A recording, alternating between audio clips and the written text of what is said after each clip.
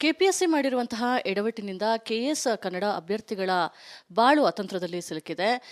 KAS ಅಭ್ಯರ್ಥಿಗಳ ಪರವಾಗಿ ನಿಂತಿರುವಂತಹ ಕರ್ನಾಟಕ ರಕ್ಷಣಾ ವೇದಿಕೆ ನಿರಂತರವಾಗಿ ಹೋರಾಟವನ್ನ ಮಾಡ್ತಾ ಇದೆ. ಇವತ್ತಿನಿಂದ ಅಹೋರಾತ್ರಿ ಧರಣಿಯನ್ನ ಮಾಡೋ ಮೂಲಕ ಮತ್ತೊಮ್ಮೆ ಸರ್ಕಾರಕ್ಕೆ ಬಿಸಿ ಮುಟ್ಟಿಸೋಕೆ ಕರವೇ ಅವರು ಹೊರಟಿದ್ದಾರೆ. ಇನ್ನು ಇದ್ರ ಬಗ್ಗೆ ಮಾತಾಡೋದಕ್ಕೆ ನಮ್ಮ ಜೊತೆ ಕರವೇ ರಾಜ್ಯಾಧ್ಯಕ್ಷರಾದಂತಹ ನಾರಾಯಣ್ ಗೌಡ್ರು ಇದ್ದಾರೆ. ಮಾತಾಡ್ಸ್ಕೊಂಡು ಹೋಗೋಣ.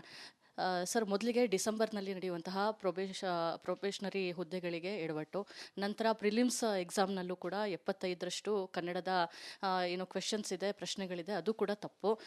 ಇಷ್ಟೆಲ್ಲ ಎಡವಟ್ಟುಗಳನ್ನು ಮಾಡಿದರೂ ಕೂಡ ಏನೂ ಆಗಿಲ್ಲದ ರೀತಿಯಲ್ಲಿ ಇರುವಂಥದ್ದು, ಸರ್ಕಾರ ಕೂಡ ಇದರ ಬಗ್ಗೆ ಮೌನ ವಹಿಸಿರುವಂಥದ್ದು.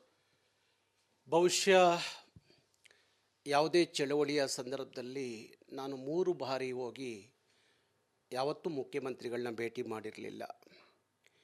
KPSCಯಲ್ಲಾದಂಥ ಭ್ರಷ್ಟಾಚಾರ, ಅಲ್ಲಿ ನಡೆದಂಥ ದುರಾಡಳಿತ, ಇದನ್ನೆಲ್ಲವನ್ನು ಮುಖ್ಯಮಂತ್ರಿಗಳಿಗೆ 3 ಬಾರಿ ಅವರ ಗಮನಕ್ಕೆ ತಂದಿದ್ದೆ. ಬಹುಶಃ ಮಾನ್ಯ ಮುಖ್ಯಮಂತ್ರಿಗಳು, ಅವರ ಸುತ್ತ ಇರುವಂಥ ಒಂದಷ್ಟು ಅಧಿಕಾರಸ್ಥ ಜನ ಅವ್ರನ್ನ ದಾರಿ ತಪ್ಪಿಸುವಂಥ ಕೆಲಸವನ್ನು ನಾನು ಎದುರುಗಡೆನೂ ಮಾಡಲಿಕ್ಕೆ ಹೋದಾಗ ನಾನು ನೇರವಾಗಿ ಅವರ ಪ್ರಧಾನ ಕಾರ್ಯದರ್ಶಿ ಅತೀಕ್ ಅವರಿಗೆ ಕ್ಲಾಸು ತಗೊಂಡೆ. ನೀವು ಮುಖ್ಯಮಂತ್ರಿಗಳ ಜೊತೆಯಲ್ಲಿ ಇದ್ಕೊಂಡು ಅವರಿಗೆ ರಾಂಗ್ ಇನ್ಫಾರ್ಮೇಷನ್ ಕೊಡಬೇಡಿ, ಅಂಕಿಅಂಶ ನಿಮ್ಮ ಹತ್ರ ಸರಿಯಾಗಿಲ್ಲ, ಯಾಕೆ ಈ ಥರ ದಾರಿ ತಪ್ಪಿಸ್ತೀರಿ ಅವ್ರಿಗೆ ಅಂತ ಹೇಳಿ ಮಾತಾಡಿದಾಗ ಆಗ ಸುಮ್ಮನಾದರು. 2 ಬಾರಿ ಪರೀಕ್ಷೆಗಳು ನಡೆದರೂ ಸಹ ಮಾಡಿದ್ದ ತಪ್ಪನೇ ಮಾಡುತ್ತಾ ಸಮರ್ಥನೆ ಮಾಡಿಕೊಳ್ಳೋದಿದೆಯಲ್ಲ ಸರ್ಕಾರ ಮತ್ತು KPSC. ಇವತ್ತು 76,000 ಮಕ್ಕಳು ದೊಡ್ಡ ಕನಸನ್ನು ಕಟ್ಕೊಂಡಿದ್ದರು, ಅವ್ರ ಕುಟುಂಬ ದೊಡ್ಡ ಕನಸು ಕಟ್ಕೊಂಡಿತ್ತು. ಈಗ ನನ್ನ ಮಗನೋ ಮಗಳು ಉದ್ಯೋಗದಲ್ಲಿದ್ದರೆ, ಕುಟುಂಬದಲ್ಲಿ ಒಬ್ಬರು ಉದ್ಯೋಗದಲ್ಲಿದ್ದರೆ ನಮ್ಮ ಕುಟುಂಬಕ್ಕೆ ಆಧಾರ ಸ್ತಂಭ ಹಾಕ್ತಾರೆ ಎನ್ನುವ ಭಾರಿ ದೊಡ್ಡ ಕನಸು. ಆ ಕುಟುಂಬದ ಕನಸು ನುಚ್ಚುನೂರು. ಇಡೀ ಹಗಲು ರಾತ್ರಿಯಿಂದಲೇ ಓದಿದಂಥ ಮಕ್ಕಳು ಭವಿಷ್ಯ ಇವತ್ತು ಬೀದಿಗಿರುವಾಗ ಅವರ ಬಗ್ಗೆ ಈ ನೆಲದ ಒಬ್ಬ ಶಾಸಕ, ಒಬ್ಬ ಮಂತ್ರಿ ಮಾತಾಡಲಿಕ್ಕೆ ಎಲ್ಲೋ ಒಂದು ಕಡೆ ಹಿಂಜರಿತಾರೆ ಅನ್ನೋದಾದರೆ, KPSCಯಲ್ಲಿ ನಡೆದಂಥ ಭ್ರಷ್ಟಾಚಾರದಲ್ಲಿ ಸರ್ಕಾರದೇನಾದರೂ ಪಾಲಿದೆಯಾ ಅನ್ನುವ ಅನುಮಾನ ಇವತ್ತು ನಮ್ಮನ್ನು ಕಾಡ್ತಾ ಇದೆ. ಇಷ್ಟು ದಿವಸ ಬೇಕಾ? 2-3 ತಿಂಗಳಿಂದ ನಿರಂತರವಾದ ಹೋರಾಟ ಮಾಡ್ತಾ ಇದ್ದೀವಿ, ಬೀದಿಯಲ್ಲಿ ನಿಂತಿದ್ದೀವಿ ನಾವು. ಕರ್ನಾಟಕ ರಕ್ಷಣಾ ವೇದಿಕೆ 2 ಬಾರಿ ಫ್ರೀಡಮ್ ಪಾರ್ಕ್ನಲ್ಲಿ 16,000 ಜನ ಸೇರಿಸಿ ಪ್ರತಿಭಟನೆ ಮಾಡಿ 3 ಬಾರಿ ಮುಖ್ಯಮಂತ್ರಿಗಳನ್ನ ಭೇಟಿ ಮಾಡಿದ್ರೂ ಸಹ ಇವತ್ತವರೆಗೂ ಸರಿಯಾದಂಥ ಕ್ರಮ. ಅಲ್ಲೊಬ್ಬ ಪರೀಕ್ಷಾ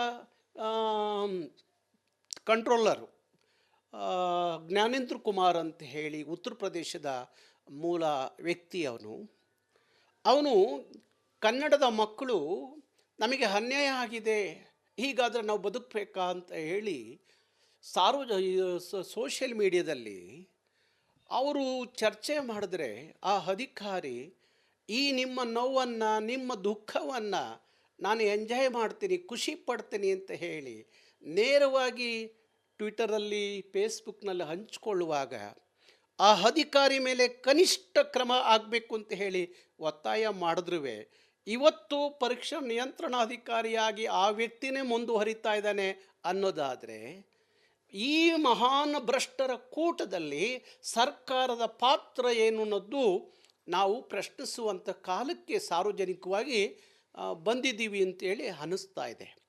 ಅದಕ್ಕಾಗಿ ಏನು ಇವತ್ತು ಅಧಿವೇಶನ, ಮೊನ್ನೆ ಬಜೆಟ್ ಅಧಿವೇಶನ ಏನು ಪ್ರಾರಂಭ ಆಯಿತು ಮತ್ತು ಇವತ್ತೇನು ಚರ್ಚೆ ಪ್ರಾರಂಭ ಆಗ್ತಾ ಇದೆ, ಮಾನ್ಯ ಮುಖ್ಯಮಂತ್ರಿಗಳು ಇವತ್ತು ಉತ್ತರ ಕೊಡ್ತಾರೆ ಅಂತ ಹೇಳಿ ಮೊನ್ನೆ ನಮ್ಮ ಪಾಟೀಲರು ಹೇಳಿದಾಗ ಮುಖ್ಯಮಂತ್ರಿಗಳು ಏನು ಉತ್ತರ ಕೊಡ್ಬೋದು ಅನ್ನೋದು ನಮಗೆ ಅದಕ್ಕೆ ಉತ್ತರ ತಗೋಬೇಕು ಅನ್ನೋ ಕಾರಣಕ್ಕೋಸ್ಕರ ಇವತ್ತು ಅಹೋರಾತ್ರಿ ಧರಣಿ ಸತ್ಯಾಗ್ರಹವನ್ನು ಮಾಡ್ತಾಯಿದ್ವಿ. ಸುಮಾರು 2 ದಿವಸಗಳ ಕಾಲ ನಿರಂತರವಾಗಿ ಹಗಲು ಮತ್ತು ರಾತ್ರಿ ಧರಣಿಯಲ್ಲಿ ಸಾವಿರಾರು ವಿದ್ಯಾರ್ಥಿಗಳು ಪಾಲ್ಗೊಳ್ತಾ ಇದ್ದಾರೆ. ಕರ್ನಾಟಕ ರಕ್ಷಣಾ ವೇದಿಕೆ ಸಾರಥ್ಯದಲ್ಲಿ ಕನಿಷ್ಠ ಈಗಲಾದರೂ ವಿಧಾನಸೌಧದಲ್ಲಿ ಕೂತಿರುವಂಥ ಸಚಿವರಿಗೆ, ಮುಖ್ಯಮಂತ್ರಿಗಳಿಗೆ ಅರಿವಾಗಿ ನಮ್ಮ ನಾಡಿನ ನಮ್ಮ ನೆಲದ ಅಪ್ಪಟ ಕನ್ನಡದ ಮಕ್ಕಳು ಕನ್ನಡ ಮಾಧ್ಯಮದಲ್ಲಿ ಪರೀಕ್ಷೆ ಬರೆದಂಥ ಮಕ್ಕಳಿಗೆ ಅನ್ಯಾಯ ಆಗಿದೆಯಲ್ಲ, ಅದು ಸರಿ ಮಾಡ್ಬೋದಾ, ಸರಿಪಡಿಸ್ಬೋದಲ್ಲ ಅಂತೇಳಿ ಮನಸ್ಸು ಮಾಡಲಿ ಅನ್ನೋ ಕಾರಣಕ್ಕೋಸ್ಕರ ಅವ್ರ ಮೇಲೆ ಒತ್ತಡ ಹಾಕಲಿಕ್ಕೆ, ಅವರಿಗೆ ಅರಿವು ಮೂಡಿಸ್ಲಿಕ್ಕೆ ಇವತ್ತು ನಾವು ಧರಣಿಯನ್ನು ಮಾಡ್ತಾ ಇದ್ದೀವಿ. ಸರ್, ಕನ್ನಡದ ನೆಲದಲ್ಲಿ ಇಷ್ಟು ದೊಡ್ಡ ಅನ್ಯಾಯ ಆಗಿದೆ. ಒಬ್ಬ ಶಾಸಕರಾಗಲಿ ಸಚಿವರಾಗಲಿ ಯಾರೂ ಕೂಡ ಮಾತಾಡ್ತಾ ಇಲ್ಲ. CM ಗಮನಕ್ಕೆ ನೀವು 3 ಬಾರಿ ತಂದರೂ ಕೂಡ ಯಾವುದೇ ರೀತಿಯಾಗಿ ಕ್ರಮಕ್ಕೆ ಮುಂದಾಗ್ತಾ ಇಲ್ಲ. ಯಾವ ರೀತಿಯ ಹೋರಾಟವನ್ನು ಅಹೋರಾತ್ರಿಯ ಮೂಲಕ ಸರ್ಕಾರದ ಗಮನಕ್ಕೆ ತರುವಂತಹ ಪ್ರಯತ್ನ ಮಾಡ್ತೀವಿ? ಬಹುಶಃ ಈ ಮೊನ್ನೆ ನಾನು ಹೈಕೋರ್ಟ್ ನ್ಯಾಯಾಧೀಶರ ಮಾತನ್ನು ಕೇಳ್ತಾ ಇದ್ದೆ. ಅವರು KPSC ವಕೀಲರಿಗೆ ತರಾಟೆಗೆ ತಗೊಂಡಾಗ ಆ ಕೇಸ್ ವಿಚಾರದಲ್ಲಿ ಅದನ್ನು ಗಮನಿಸ್ತಾ ಇದ್ದೆ. ಅವರು ಹೇಳ್ತಾ ಇದ್ದರು, ಈ ದೇಶದಲ್ಲಿ ಕನಿಷ್ಠ ಕಷ್ಟ ಬಿದ್ದು ಓದಿ ಬರೆಯುವಂಥ ಮಕ್ಕಳಿಗೆ ಅನ್ಯಾಯ ಆಗುವಾಗ ರೀ 100ಕ್ಕೆ 100ರಷ್ಟು ನ್ಯಾಯ ಕೊಡದಿದ್ರೆ ಪರ ಇಲ್ಲ ರೀ, 50% ಆದರೂ ಆ ಮಕ್ಕಳಿಗೆ ನ್ಯಾಯ ಕೊಡಬೇಕಲ್ರಿ. ಬಡವ್ರ ಮಕ್ಕಳು ಉದ್ಧಾರ ಆಗಬೇಕಲ್ರಿ.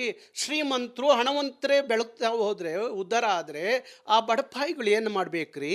ನೀವೆಲ್ಲ ಏನು ಸಗಣಿ ತಿಂತಾ ಇದ್ದೀರಿ ಅನ್ನೋದು ನೇರವಾಗಿ KPSC ಅವರಿಗೆ ನ್ಯಾಯಾಧೀಶರು ಕ್ಲಾಸ್ ತಗೋತಿದ್ರು. ಅವ್ರನ್ನ ಮಾತು ಹೇಳಿದ್ರು, ಈ ದೇಶದ ಎಲ್ಲ ಬ್ರೈನ್ಗಳು, ಎಲ್ಲ ಬುದ್ಧಿವಂತರು ಇವತ್ತೆಲ್ಲ ಒಂದು ವರ್ಷಕ್ಕೆ 6ರಿಂದ 7 ಲಕ್ಷ ಜನ ವಿದೇಶಗಳಿಗೂ ಹೋಗ್ತಾ ಇದ್ದಾರಲ್ಲ, ಅವ್ರನ್ನ ಸರಿಯಾಗಿ ಬಳಸ್ಕೊಳ್ಳೋಕೆ ನಮ್ಮ ದೇಶದಲ್ಲಿ ನಮಗೆ ಯೋಗ್ಯತೆ ಇಲ್ಲದ ಕಾರಣ, ಲಂಚ ಭ್ರಷ್ಟಾಚಾರದ ಕೂಟದಲ್ಲಿ ಮುಳುಗಿದ್ದ ಕಾರಣ ಅವರೆಲ್ಲ ವಿದೇಶಕ್ಕೆ ಹೋಗ್ತಾರೆ.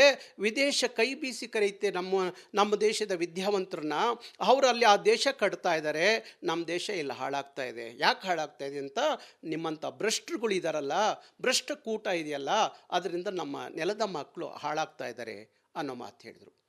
ಒಬ್ಬ ಹೈಕೋರ್ಟ್ ನ್ಯಾಯಾಧೀಶರು ಈ ಮಾತು ಹೇಳುವಾಗ ಈ ರಾಜ್ಯದ ಮುಖ್ಯಮಂತ್ರಿಗಳಿಗೆ ಕನಿಷ್ಠ ಅರಿವಿರೋದಿಲ್ಲ. ಮಾತಾಡಬೇಕು, ಅವರ ಪರವಾಗಿ ನಿಂತ್ಕೋಬೇಕು, ಅವ್ರಿಗೆ ನ್ಯಾಯ ಕೊಡಿಸ್ಬೇಕು ಅನ್ನೋದು ಅನಿಸೋದಿಲ್ವಾ ಈ ರಾಜ್ಯದ ಮುಖ್ಯಮಂತ್ರಿಗಳಿಗೆ?